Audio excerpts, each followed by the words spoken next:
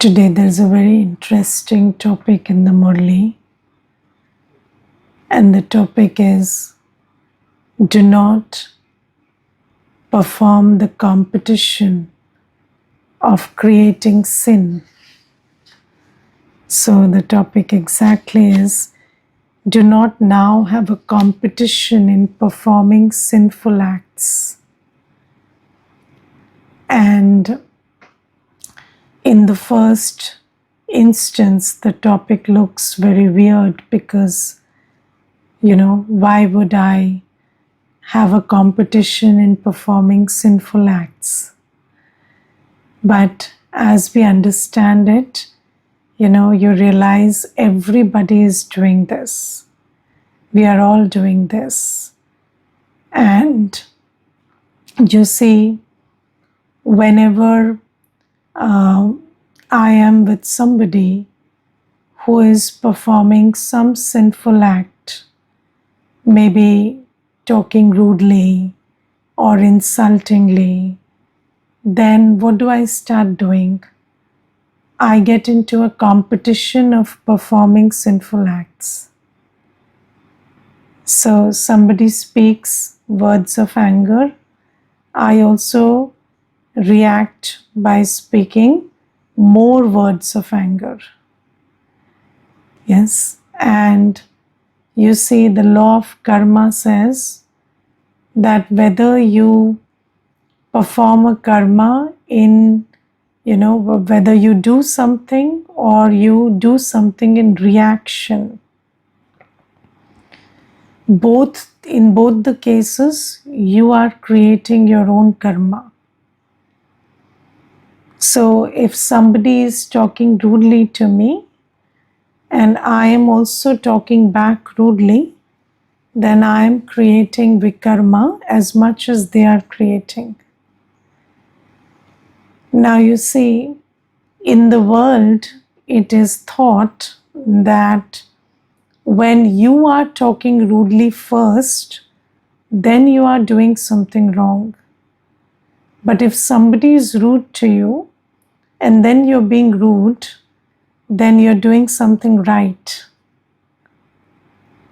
So in the world, it is thought that anger in action is wrong, anger in reaction is right. But Baba has given us the knowledge that whatever you do, doesn't matter what triggered it or why you did it or under whose influence you did it, it is your karma and you will bear the brunt of it. Now, so there are these belief systems from which we come, and these belief systems, they cause a lot of damage. So just like I mentioned, even if you do something under somebody's influence, so let's say, you take a decision, maybe a business decision, a life decision, a social decision, because somebody asked you to do it. Maybe, the decision of getting married, parents asked you to get married, or, usually it happens with choosing courses. Let's say, you want to study science and parents want you to study something else, or you want to study something and they want you to study something else, and then you took a decision, a career decision, a decision about what to do in life based on what somebody else told you, and that somebody else could be parents, siblings, friends, anybody. And then, people think that because somebody else said it and I did it, so that other person is responsible for that karma. But the law of karma says no. You are the one who made that choice. Even if somebody told you, even if somebody threatened you, even if somebody put a gun on your head and then told you, still You are the one who made that choice. And you may be bonded by your attachments, you may be bonded by your sanskars, but even those bondages are your bondages. Those are bondages that you have created through your own karma. So you have to take responsibility of those bondages.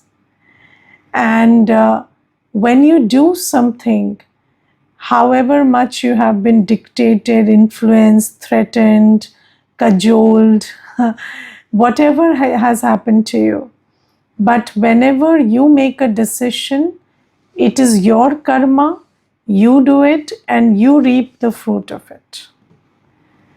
And this we are very clear now because we have understood the law of karma and the intricacies of the law of karma from the one who knows the law of karma most well, right? Baba. So this is why it is very important to gauge that whenever somebody is doing some vikarma, I keep my aim in view.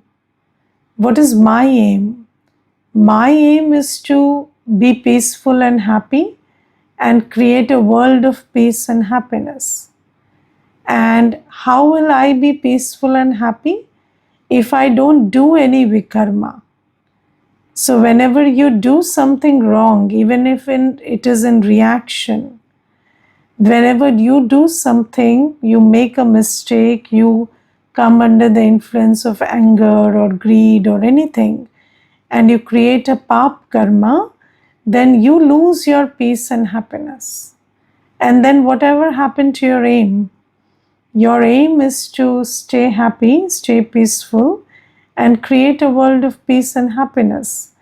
And then when you are reacting to somebody's rudeness, somebody's words, somebody's behavior, and maybe you're raising your voice, maybe you are being equally rude or more rude or being impolite, or maybe somebody is greedy and then you're catching on to their greed, or maybe somebody is in ego and they are trying to insult you and you are trying to insult them back by showing them their place. All of these things, we are creating our own vikarma through reacting. And when you do that, then what happens is that becomes your vikarma. A, you lose your peace and happiness instantly because you made a mistake. And then B, that becomes a sanskar. And C, that becomes your karmic account, which you will have to settle later. So that is why we have to be very wary of this competition of performing sinful acts. And then what do we need to not perform this, to come out of that competition? So the underlying virtue is tolerance. You need to be very tolerant. If you so what is the picture of the power to tolerate? The picture of the power to tolerate is that of a tree, a mango tree, which is giving mangoes despite stones being pelted at it. And Baba says, you need to fill yourself with so much peace, so much joy, so much love, that you do not feel the urge to give back, to reflect what the other person is giving you. So we are not mirrors, we are, trees laden with fruits. And Baba is filling us with fruits, treasures. Baba is filling us. So the more we churn knowledge, the more we remember Baba, we are becoming fuller day by day. And that is why when we talk about the powers, then so the title of the picture of powers is the powers attained through Raj Yoga. So when I am a Raj Yogi, I am studying from Baba, I'm learning from Baba, I'm remembering Baba, then I have to draw into myself such intensity of Baba's treasures, so much of Baba's treasures, that whatever somebody gives, I don't need to reflect it back. I don't have to take it from them and give it back to them. No, I can give what I have. So when somebody is empty, what is the choice? There is no choice. They will give what they received. So you see, if I don't have anything in my home, then you brought a cup of sugar. What will I return to you? That cup of sugar only. You brought salt, I'll give you salt only, because I don't have anything of my own. But if I have, a lot of stuff with me, then you bring me, salt, I can give sugar back to you. So Baba says that you have to be so full that you have the choice. And choice is a privilege of a powerful soul. Yes, when we say I didn't have choice or I had choice, it doesn't depend on the situation. The situation never tells you whether you have choice or not. Choice or no choice depends on soul power. So when you are a powerful soul, you have a choice always. And when you are a weak soul, you never have a choice. Yes, and if you are still speaking the language that I didn't have choice in this situation, what could I have done? They were behaving so rudely, of course I will lose it. That means that you are a weak soul. If you are speaking the language of no choice, that's the language of a weak soul. The language of a powerful soul is, it's okay, whatever they did is their karma. But my karma is my choice always. And you can smile in the, in the most uncomfortable of circumstances. You can be rude and you can be, anybody can be rude to you, but you could be very polite, very sweet to them. And that's completely your choice if you have the power to tolerate. And for the power to tolerate, you need to practice remembering Baba, right? And then there is also another instance mentioned when there is jealousy.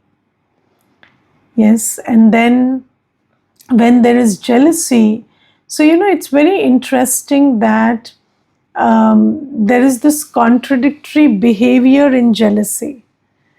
So when you're jealous of somebody, you would defame them, you would talk ill about them, you will discuss their shortcomings, but you will also copy them. That is a very interesting trait of jealousy.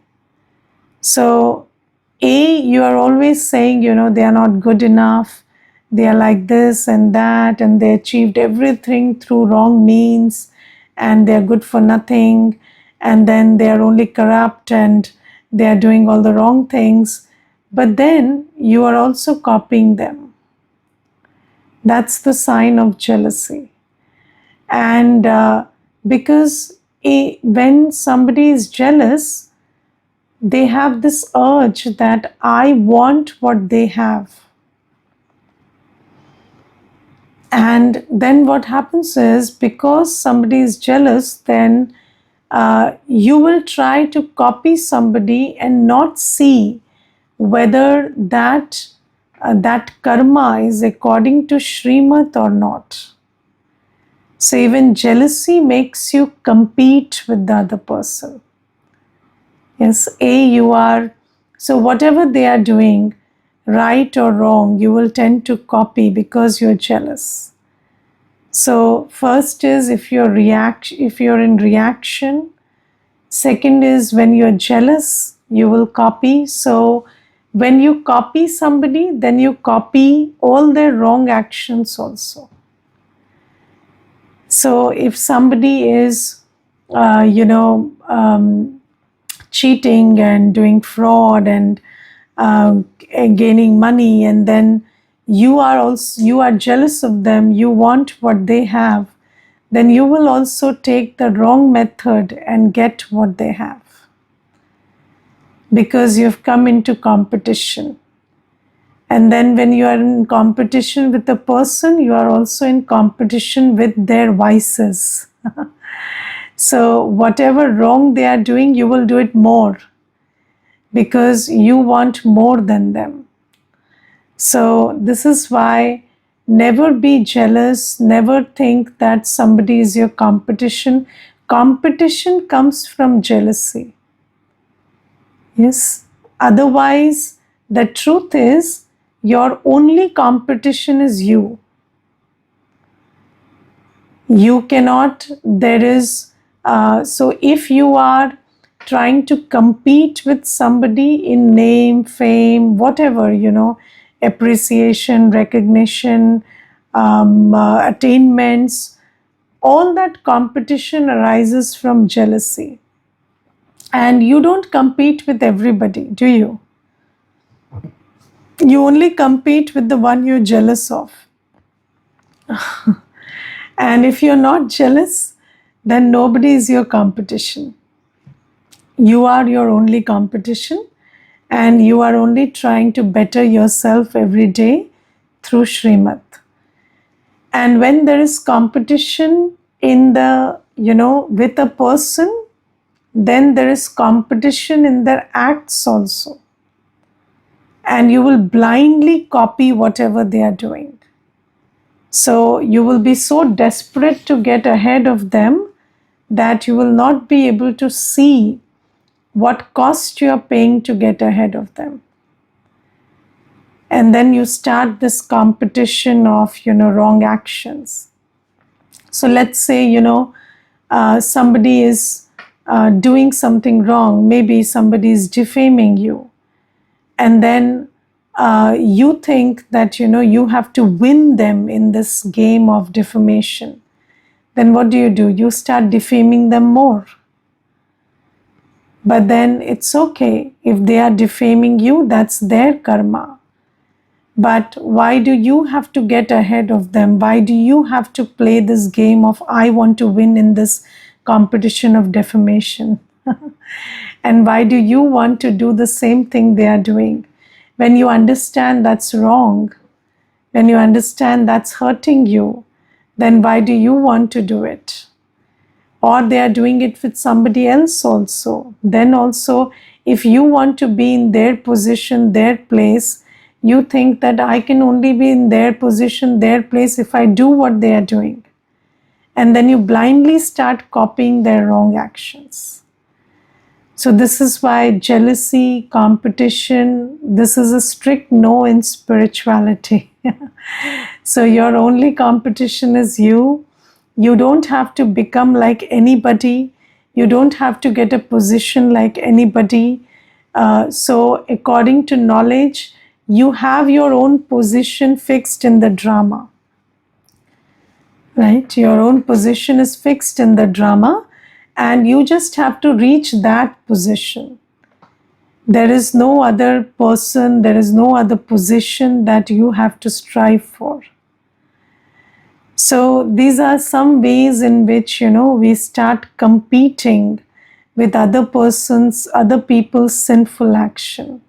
And we need to develop, so we need to have a clear aim that my aim is to be peaceful, joyful in every situation, not lose my peace through my own vikarma, and create a world of peace.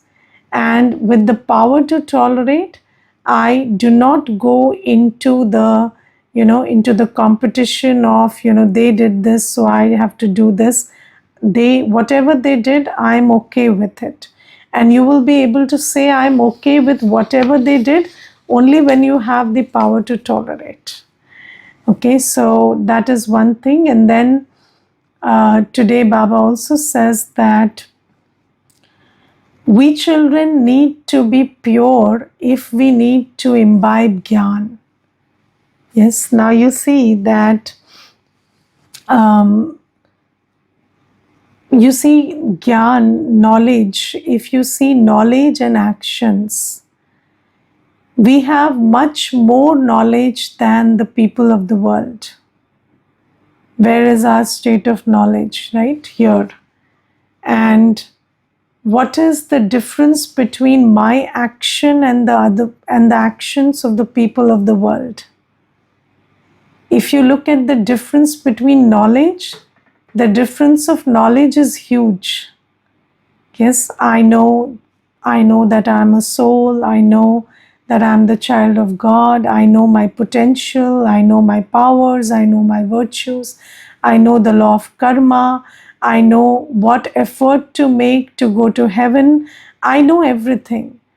But then, if you look at the difference in actions, how much difference is there in actions?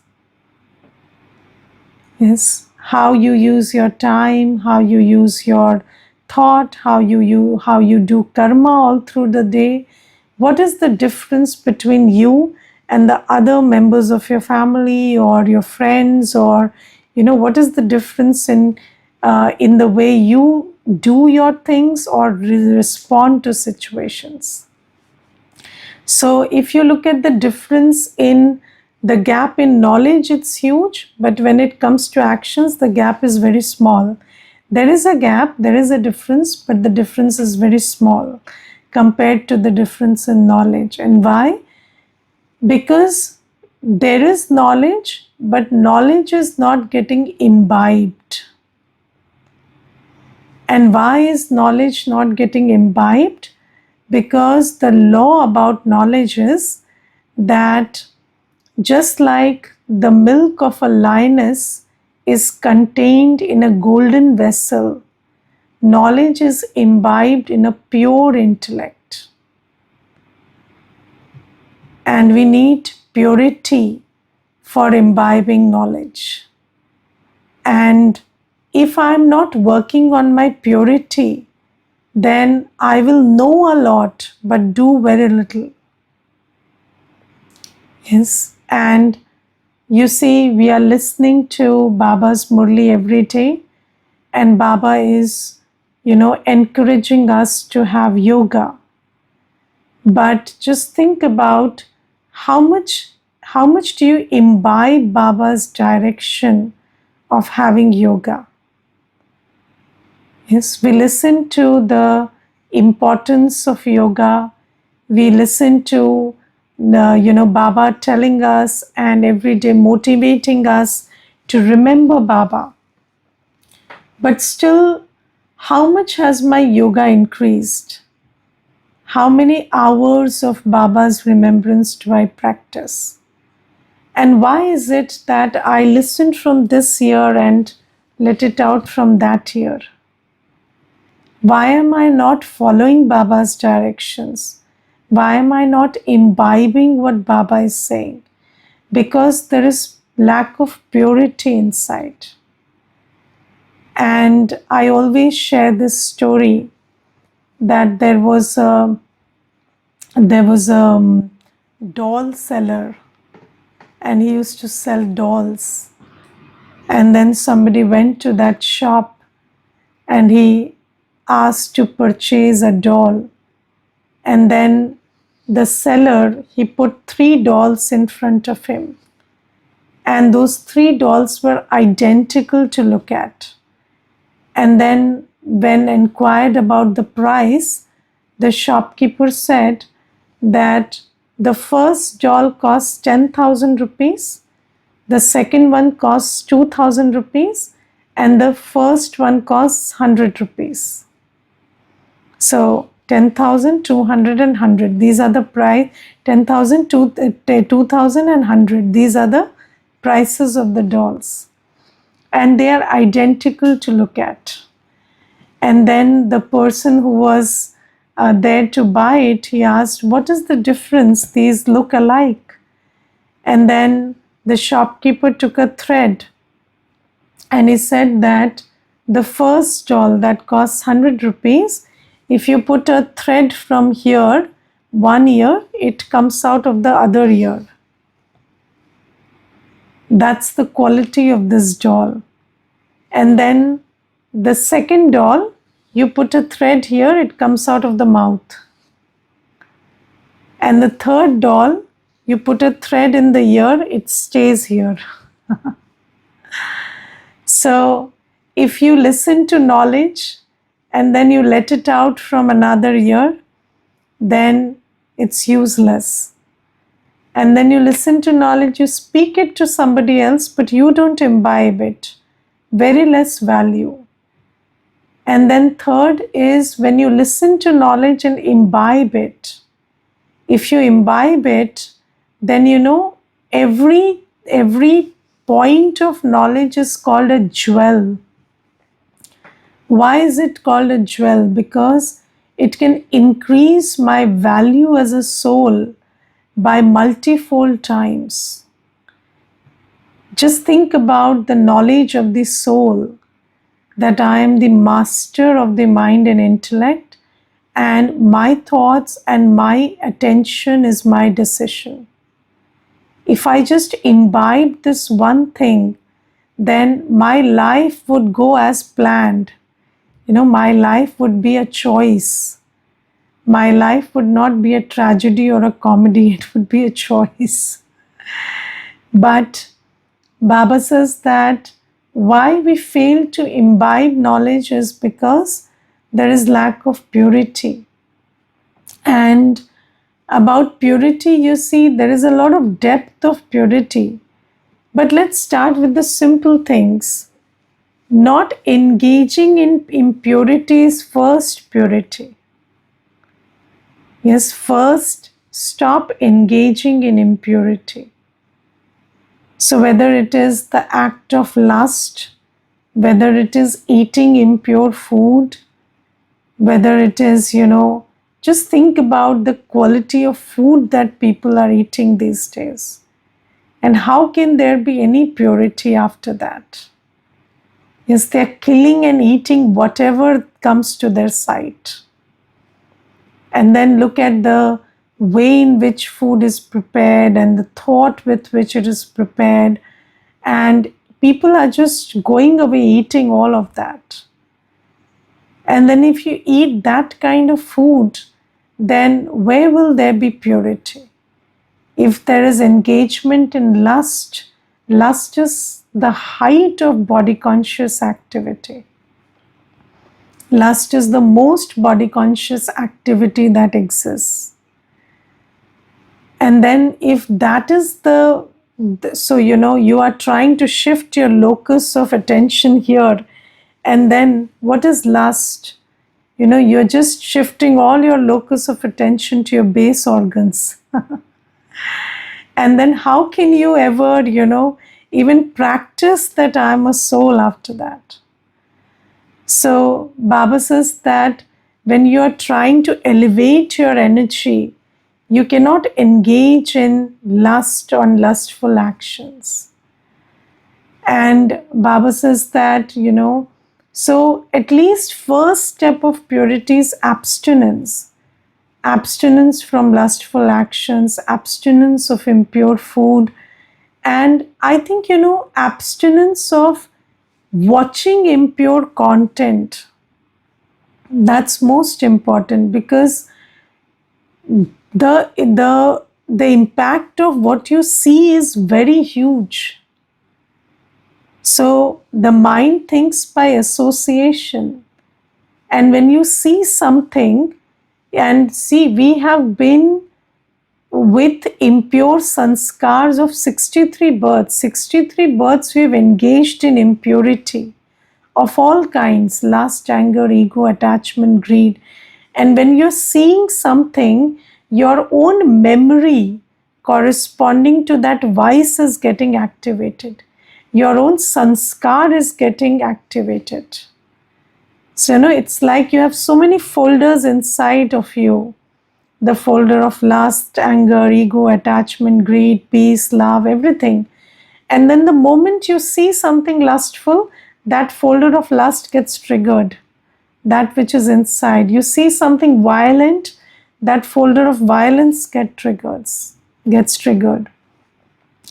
So abstaining from watching impure stuff, listening to impure stuff, conscious watching at least, conscious listening at least. Okay, you cannot, even if you don't, if you're not in a position where you say, I have a choice about, what to listen to, at least you have a choice about what you consciously listen to.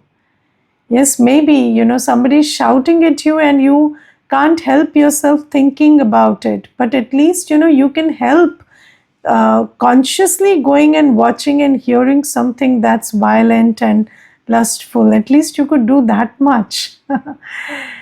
So, Baba says that so first thing is abstinence.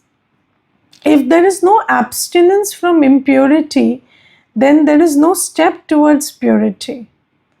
Yes, and somebody who is having yoga with Baba and remembering Baba and then watching all the nonsense on the phone, then there will be no dharana of knowledge for that person. So, first thing is abstinence. Second thing is practicing practicing some acts of purity, like purifying your food and having it, or listening to Baba's knowledge. So until now we have been living in a body conscious world, and our mind and intellect are very attached to the sense organs. So engaging our sense organs in pure actions, engaging your eyes in seeing Baba, engaging your ears in listening to Baba's knowledge, engaging your mouth in eating food prepared in Baba's remembrance and that which is offered bhog to Baba. Yes, purifying this body by doing seva through it, thinking about it as an instrument, and then doing godly service through it. These are ways of purifying your organs. And this thing that I'm telling you, that just think about your body as a godly instrument and do Baba's seva through this body. The more you do Baba's seva through your words, through your actions, this body gets purified. Your organs will get purified. Those organs will not disturb you a lot. They will not pull you into impurity.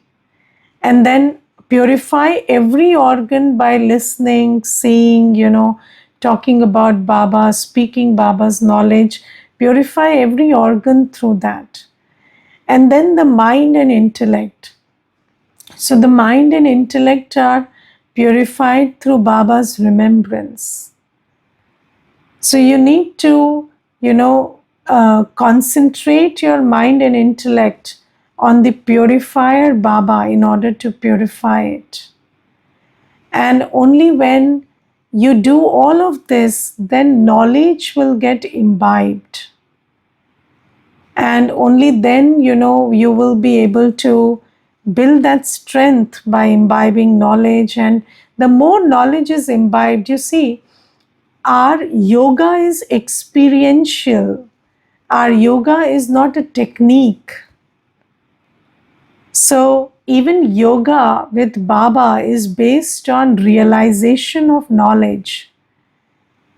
So the more you realize knowledge, the more you imbibe knowledge, I am a soul, this is my Baba, then the question of how do I remember Baba will never arise. No child ever asks, how do I remember my father? Does he ask? No. So I am the child, he's the father, you remember the father. So Baba says, the more you imbibe knowledge, your remembrance of Baba will become very natural, very automatic. The more you imbibe knowledge, purity will become very easy to imbibe. Seva will be a direct outcome.